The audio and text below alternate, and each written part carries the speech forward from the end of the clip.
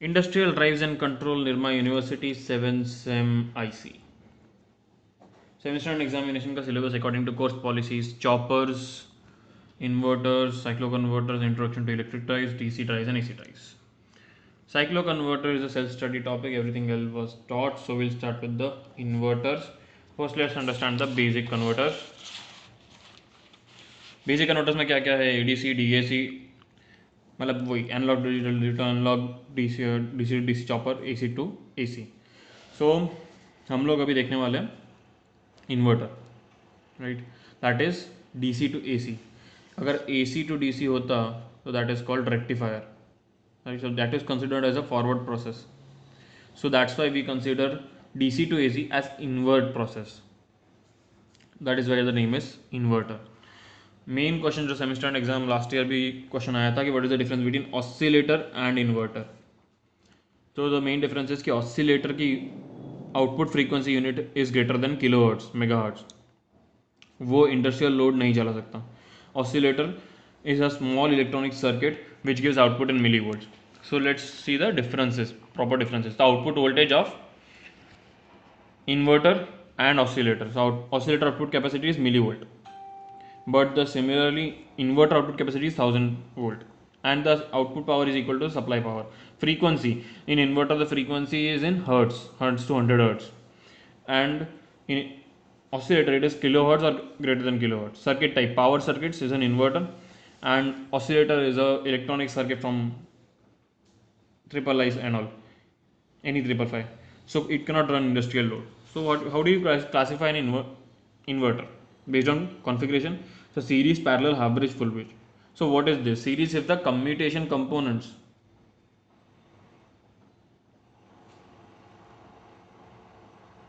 that is LC and all are in series with load or are in parallel with load, that defines series and parallel. And half bridge and full bridge: half bridge, the input power, input supply voltage by 2 will be the output supply voltage, that is for half bridge, and the full power will be supplied to the output in full bridge.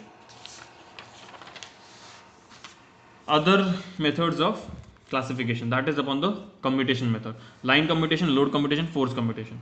Line commutation is due because of the another AC cycle. So when it comes when it becomes negative, then the circuit is commutated. Load is because of the inductive load. If there is any inductive component in the load, and because of that if commutation of the thyristor occurs, then it is load commutation. Force commutation: additional circuit for commutation. Any commutation models we have seen, if we have added LC commutation A, B, C, D, all classes are force commutation. We have added an external circuit for commutation based on the source. Voltage source inverter, current source inverter, that is totally upon the supply and the output. Voltage source inverter is fed by a constant voltage supply, and it also delivers a constant voltage independent of the load change. Similarly, for current source inverter, it delivers a constant current, but the voltage will vary according to the change in load. If you want to go into a bit depth of this,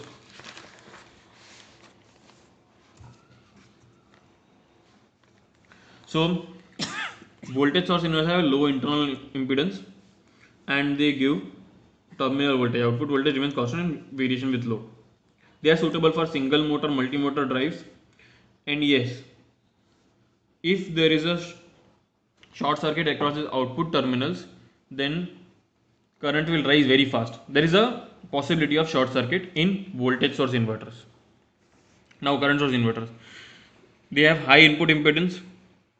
Load current remains constant irrespective of change in load resistance or load variation. Load voltage depends on load variation. Output voltage is not constant because it's a current source inverter. And there is inherent short circuit protection.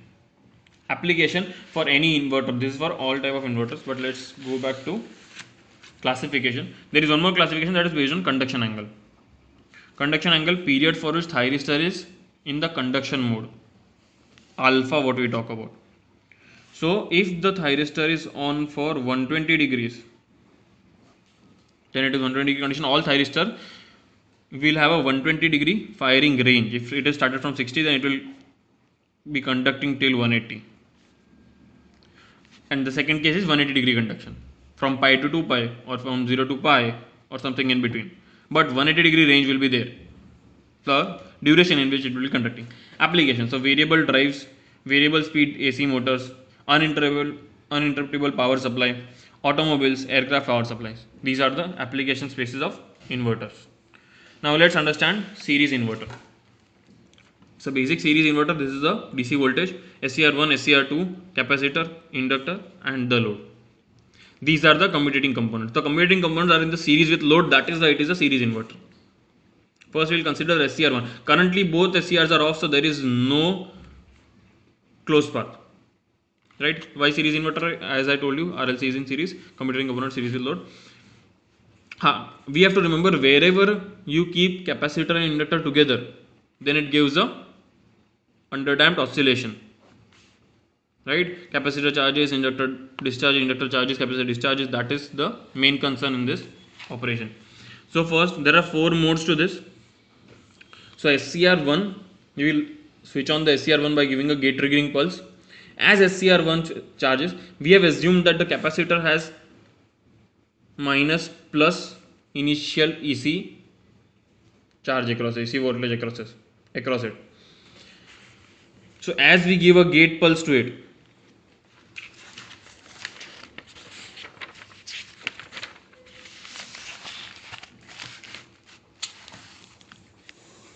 so this is the gate pulse for SCR1. As you give the SCR1 a gate pulse and the capacitor was EC voltage minus plus, the capacitor starts discharging from minus EC to 0 and then it starts charging in plus minus direction. Right? We can observe it here. So this is the capacitor waveform. Minus EC, it decreases to 0 and then it goes to EDC and then it goes to EDC plus EC. So initially there was EDC voltage here, minus EC here, and for the whole control it was EDC plus EC.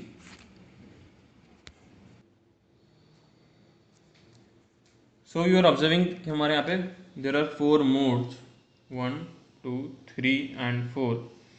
So in mode 1 we assume that minus EC plus EC, capacitor voltage is there. So initially here capacitor voltage will be minus EC, right?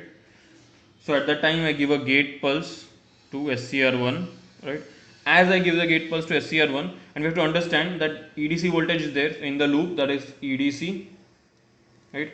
Minus plus, then again minus plus EC, so EDC plus EC. So this has to be again equal to 0 after inductor voltage. So inductor voltage is assumed to be minus EDC plus EC.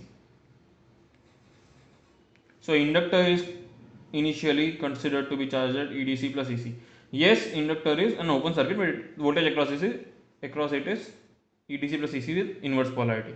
So the whole voltage sum is 0. So initially we can see the voltage across inductor should be, if we consider this as the positive, then it is EDC plus EC for inductor, right? So now what happens is the capacitor discharges and the inductor charges in the opposite direction. The inductor also discharges. So capacitor decreases. First output current starts to increase.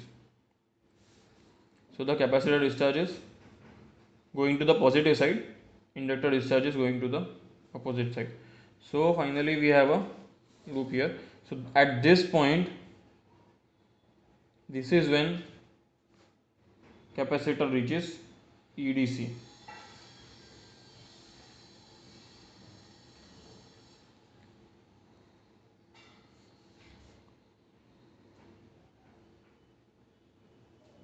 And this is EDC plus EC. So the current is 0 and the mode 1 finishes here. So when the capacitor, when it is here, the voltage across capacitor is EDC plus EC, but plus and minus. So now if you observe, the SCR1 has on the cathode side EDC plus EC and on the anode side EDC. So there is a reverse bias and even the current has dropped So at that moment SCR1 is commutated, but it takes some time, the t of time, so we have to give it that time.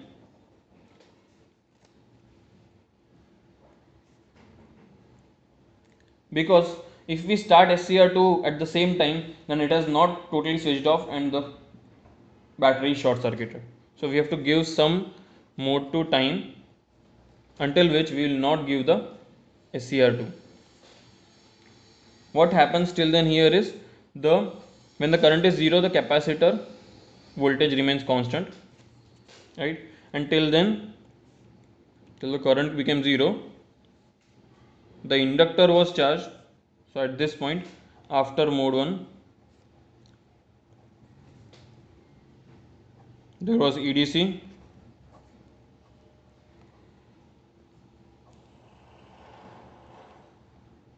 capacitor plus minus EDC plus DC, EC, then inductor minus plus EC, and our load SCR2, right? So here it is minus EC. So now we will understand that the output current has become 0, right? So the inductor voltage will also drop, because VL is equal to di by dt, L di by dt. There is no change in current, so there is no change, there is 0 voltage. That is mode 2. If you talk about supply current, so supply current was same as output current in the mode 1, right? But as in mode 2, there is no connection to the battery, so the supply current is also 0. So now the mode 2 finishes off, we gave a t of enough t of time, or we call it TAB, enough for the SCR1 to totally close off. Then we can start the SCR2 by giving a gate triggering pulse here. As SCR2 is triggered, we have triggered SCR2, the current will flow in opposite direction. First, in mode 1, the current was in this direction. Mode 2, the current is in this direction. Why? Because now the capacitor is charged plus minus, and it has got a path like this. The capacitor will discharge going here, so the current direction will be like this. So now the current goes below and the capacitor discharges. Again, when it has peak, the capacitor will obtain EDC value, and as the current changes its value, the inductor voltage rises again to minus EC, and then it starts decreasing, right? And the supply current is 0. So here it goes on to this.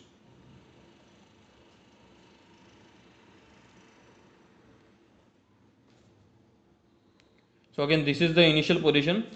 When the mode 3 is completed, again the capacitor returns to minus EC, inductor returns to EDC plus EC, and the supply current is 0. Again, what happens is, now we have the condition of after mode 3 EDC. So now we have minus EC,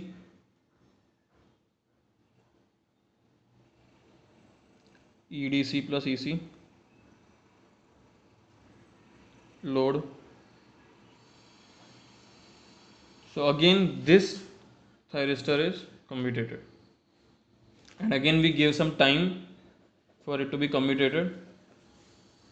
Till then current is 0, capacitor voltage remains constant, inductor voltage goes down to 0,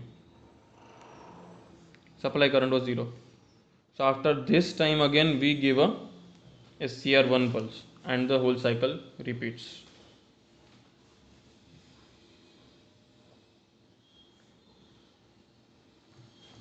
So this was the working of the series inverter in all 4 modes.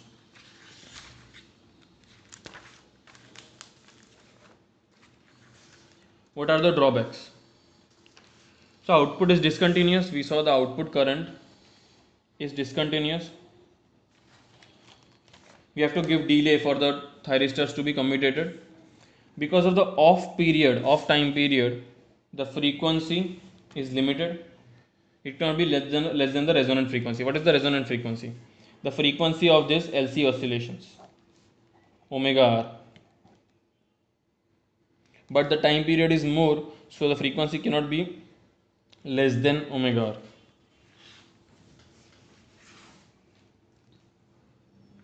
Now we will go, if we see about the equation, so we take a mesh analysis, V plus EC plus LDI by dt plus IC. This is the for the initial charge EC, for the load, for the inductor and for the capacitor. We take the Laplace inverse and we finally get to a output that omega r resonant frequency is equal to under root 1 by LC minus r square by 4L square.